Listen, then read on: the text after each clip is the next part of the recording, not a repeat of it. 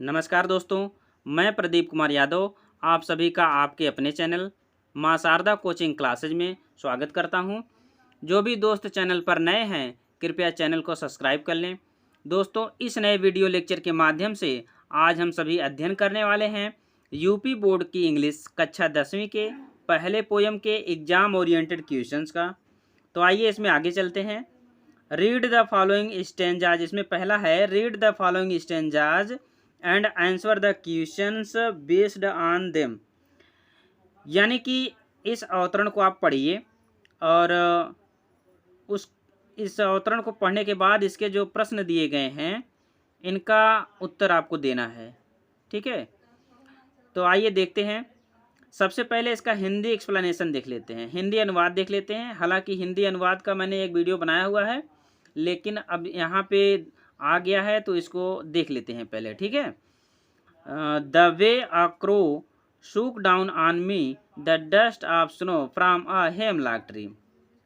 यानी कि कवि जो है उदास मनोदशा में है, उदास मनोस्थिति में है और वह एक धतूरे के पेड़ के नीचे खड़ा है।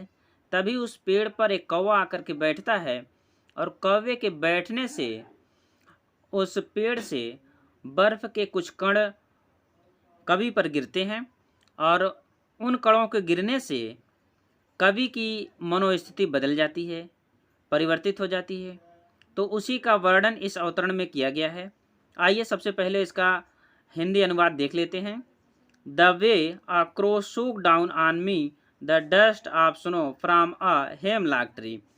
द वे जिस तरह से, अ क्रो एक कौवे ने, शूक डाउन, शूक मतलब हिलाया, डाउन मतलब नीचे, ऑन मी यानी कि मुझ पर या मेरे ऊपर, द डस्ट ऑफ स्नो बर्फ के कण, फ्रॉम अ हेमलॉक ट्री धतूरे के वृक्ष से। ठीक है, तो जिस तरह से एक कौवे ने हिला करके मेरे ऊपर धतूरे के वृक्ष से बर्फ के कण गिराए, या इसको इस तरीके से कह सकते हैं कि जिस तरह से एक कौवे ने धतूरे के वृक्ष से हिला करके मेरे ऊपर बर्फ के कण गिराए। ठीक है, आइए इसके प्रश्न को देखते हैं। Where was the poet standing, जो पोएट था, कवि था, वो कहाँ खड़ा था। दूसरा प्रश्न है who was sitting on the tree, पेड़ पर कौन बैठा था। तीसरा है कि where does the particles of snow fell, fell means गिरे, पार्टिकल्स मीन्स कण, ऑफ स्नो यानी कि बर्फ के, तो बर्फ के कण कहाँ गिरे। अंडर विच ट्री यानी किस पेड़ के नीचे, किस पेड़ के नीचे वाज द पोएट स्टैंडिंग, कवि खड़ा था। ठीक है, अगला प्रश्न है point out the rhyming words in the stanza. इस स्टेंजा यानी कि इस अवतरण में राइमिंग वर्ड्स खोजना है, तुकांत शब्द खोजना है। ठीक है, तो आइए इसके उत्तर को देख लेते हैं। यहाँ पे दोस्तों इसका आंसर मैंने पहले ही लिख लिया है। यहाँ पे देखिए, English first flight poetry poem first dust of snow, UP board class 10th, stanza based question answers. YouTube है, चैनल का नाम है मां शारदा कोचिंग क्लासेज। ठीक है, आगे देखते हैं अवतरण, अवतरण के प्रश्न को। द वे अ क्रो से लेके हेमलॉक ट्री तक। पहला प्रश्न है, पहला क्वेश्चन है कि where was the poet standing, कवि कहाँ खड़ा था। तो the poet was standing under a hemlock tree, कवि जो था वह धतूरे के पेड़ के नीचे खड़ा था। ठीक है, अगला प्रश्न देखते हैं। Who was sitting on the tree, पेड़ पर कौन बैठा था। तो crow was sitting on the hemlock tree, कौवा पेड़, धतूरे के पेड़ पर कौवा बैठा हुआ था। ठीक है, फिर से इसको देखते हैं। Who was sitting on the tree, यानी कि पेड़ पर कौन बैठा हुआ था। Crow was sitting on the hemlock tree, कौवा धतूरे के पेड़ पर बैठा हुआ था। ठीक है, अगला प्रश्न देखते हैं। Where does the particles of snow fell. Where means कहाँ, द पार्टिकल्स मतलब कण, पार्टिकल्स मीन्स कण, ऑफ मतलब का, की, के, स्नो मीन्स बर्फ, फेल मतलब गिरे। तो बर्फ के कण कहाँ गिरे। आंसर देख लेते हैं। द पार्टिकल्स ऑफ स्नो, बर्फ के कण, फेल ऑन द पोएट, कवि पर गिरे। ठीक है, द पार्टिकल्स ऑफ स्नो, बर्फ के कण, fell on the poet, poet यानी कि कवि पर गिरे। ठीक है, अगला प्रश्न। Under which tree was the poet standing, किस पेड़ के नीचे कवि खड़ा था। तो the poet was standing under a hemlock tree, कवि था वो धतूरे के पेड़ के नीचे खड़ा हुआ था। ठीक, अगला 5वां प्रश्न देख लेते हैं। Point out the rhyming words in the stanza. Rhyming word यानी तुकांत शब्द खोजना है। तुकांत यानी जिसका अंत समान हो, जैसे क्रो है और स्नो है। इस पूरे अवतरण में क्रो और स्नो तुकांत शब्द हैं। ठीक है, आगे चलते हैं दूसरे पैरा पर। दूसरा पैरा देखते हैं। Has given my heart a change of mood and saved some part of a day I had rued. Has given जिससे, माई हार्ट यानी लेखक का, अ चेंज ऑफ मूड मनोस्थिति या मनोदशा परिवर्तित हो गई। इससे कवि की मनोदशा परिवर्तित हो गई। एंड सेव्ड और बच गया, सम पार्ट कुछ भाग, ऑफ अ डे उस दिन का, आई हैड रीड जिसे कवि ने दुखी होकर, उदास होकर बर्बाद कर दिया था। ठीक है, फिर से देख लेते हैं।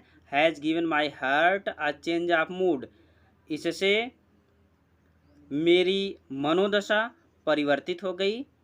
And saved some part of a day, और उस दिन का कुछ भाग बच गया, आई हैड रीड जिसे मैंने उदास होकर या दुखी होकर बर्बाद कर दिया था। ठीक है, प्रश्न देख लेते हैं इनके। Did the poet remain happy during the rest of the day. Did the poet remain happy during the rest of the day, यानी कि क्या कवि बाकी के दिनों में खुश रहा। क्या कवि बाकी के दिनों में खुश रहा। दूसरा प्रश्न है। Which particles did the crow shake down. Which particles did the crow shake down, कौवे ने किसके कण नीचे गिराए। ठीक है, कवि ने किसके कण नीचे गिराए। तीसरा प्रश्न है। By whom the poem dust of snow is a compost by. यह जो कविता है डस्ट ऑफ स्नो, यह किसके द्वारा रचित है। डस्ट ऑफ स्नो कविता किसके द्वारा रचित है। ठीक है, अगला चौथा प्रश्न है। Here I stands for the, यहाँ आई किसके लिए प्रयोग किया गया है। ठीक है, यहाँ आई किसके लिए है। ठीक, तो आइए उत्तर देख लेते हैं। दूसरा पैरा है। Has given I had read से आई हैज़ गिवन से आई हैड रीड तक। ठीक, पहला प्रश्न है।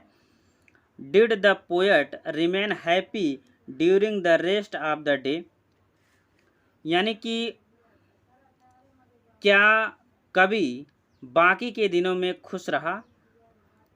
तो yes, the poet remained happy during the rest of the day. हाँ, जो कवि था वो बाकी के दिनों में प्रसन्न था, खुश था। ठीक, अगला देख लेते हैं। Which particles did the crow shake down, किसके कण कौवे ने नीचे गिराए। तो the crow shook down the particles of snow, कौवे ने बर्फ के कण नीचे गिराए। ठीक, अगला तीसरा प्रश्न देख लेते हैं।